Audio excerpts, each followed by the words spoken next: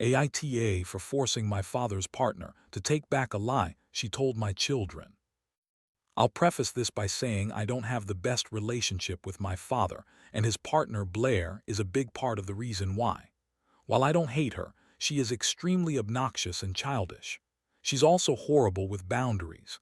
It feels like any time someone tells her no, she hears maybe.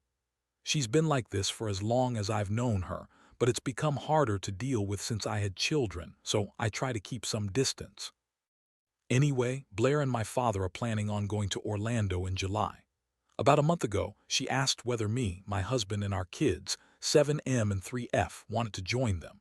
I thanked her for inviting us but said no, because we're planning on going next January, and there's a pretty big chance I'll have to work in July. Also, and I didn't say this to her, we've been to Orlando with her before, and my husband has stated he'd rather eat glass than do it again. A week later, Blair told me they were getting their tickets and asked me whether I was sure we wouldn't join them. I said I was. Days after that, my sister called me. Blair had told her I was thinking about going while inviting her and her boyfriend. I once again told Blair we wouldn't go. Finally, Blair asked me if I'd be okay with her and my father taking my kids to Orlando. I said no, because we're not even in the same hemisphere as the US, and I wouldn't let my young children travel to a different country without me or my husband. Last week, my sister babysat my kids while my husband and I went out. While we were gone, Blair visited to drop off a gift she and my father had bought for my husband. She also took the opportunity to tell my children we were all going to Orlando in July. My daughter didn't care about it much at first. I think she didn't really register it, but my son got very excited right away. He kept talking about how much he wanted to go to Disney and asking about the trip. And after watching her big brother like that, my daughter jumped on the bandwagon with him. It was both heartbreaking and infuriating to watch them like that. I called Blair and said she had two options.